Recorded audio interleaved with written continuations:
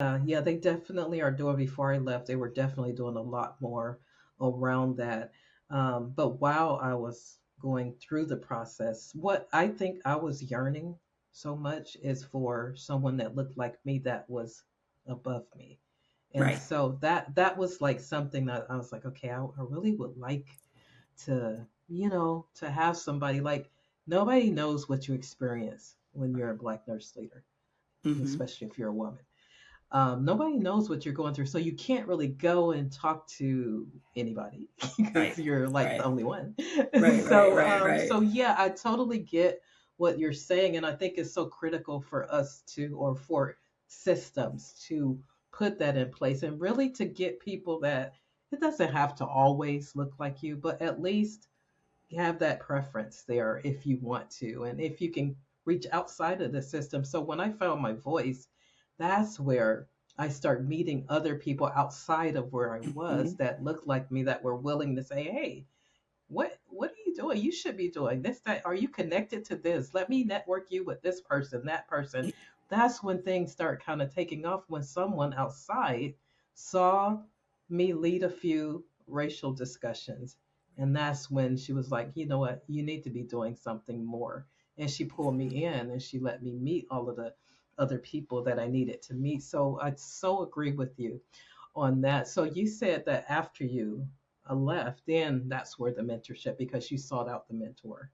Exactly. Because no one, to your point, you know, outside of the traditional setting, right? Outside of nursing is when I started to really make those connections. And like you said, it's like, oh, let me introduce you to this person or let me Yeah. introduce you to that person.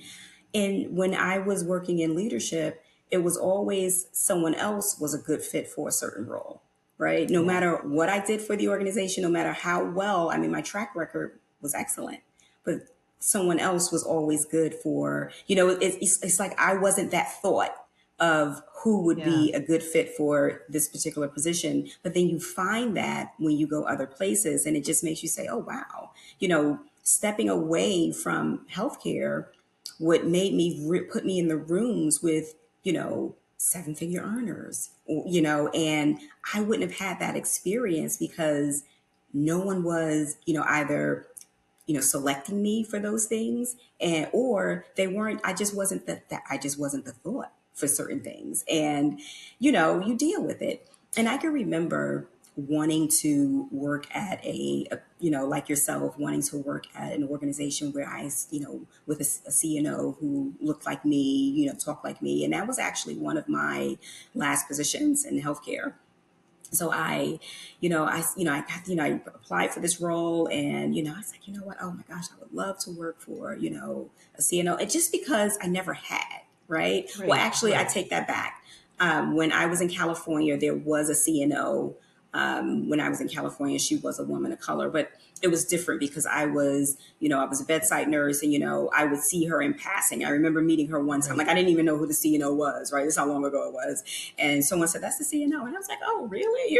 So it was like back then, you didn't have that close, you weren't Right. able to touch the CNO back then. So being in the position that I was in, reported directly to the CNO. And, I remembered, just changing positions because I was, I was just fed up with where I was, between the staffing turnovers and the leadership turnovers and just all the bureaucracy. I needed a change, right? And I got this position. I'm like, us, we're like, oh, okay, it's a promotion. It's like such a huge increase in salary. Like, this is going to be Yeah. it, right? Like, I just thought this was going to be it. And I got there. I'm like, oh, I got there, and the way they treated this CNO, I mean, you would have thought that she was a charge nurse, really. Like, Oh and wow. this was a woman of color, a CNO, and I remember she ended up going on an action plan. Have you ever heard of a CNO going on an action plan? I can remember being on an executive meeting with all of her nursing leadership, and it was, all of so we were on the meeting with the CNO of the system CNO.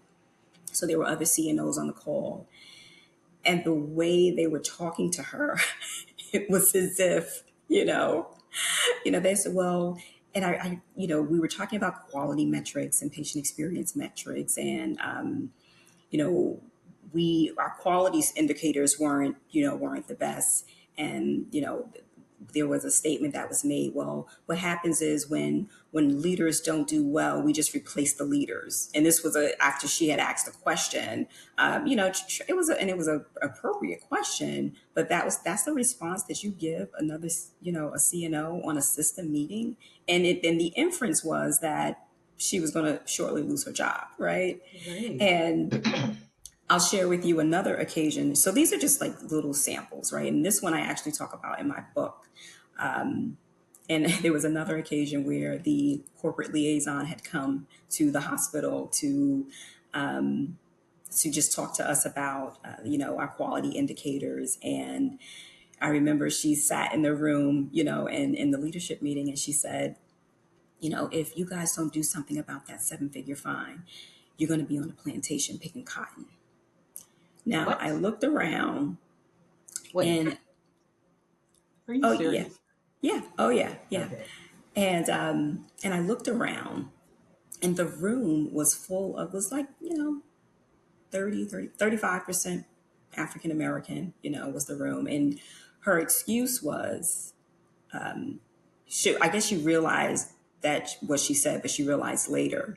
And she called everyone later that day and apologized. Everyone who was in that meeting, she called and she apologized. And, her excuse was, I grew up on a farm in Alabama or wherever she was from, one of the southern states. And, that's how we talk. And you want to just say, ma'am, that makes it worse. So please Absolutely. don't try to excuse your behavior. And Mm-mm. so the same CNO, she had reported her, and what they did was they removed her. They removed her as our liaison, but that was the hospital's way of taking care of it because because they removed her, they did something about it, right? So that was Yeah. how that was Yeah. them doing something about it.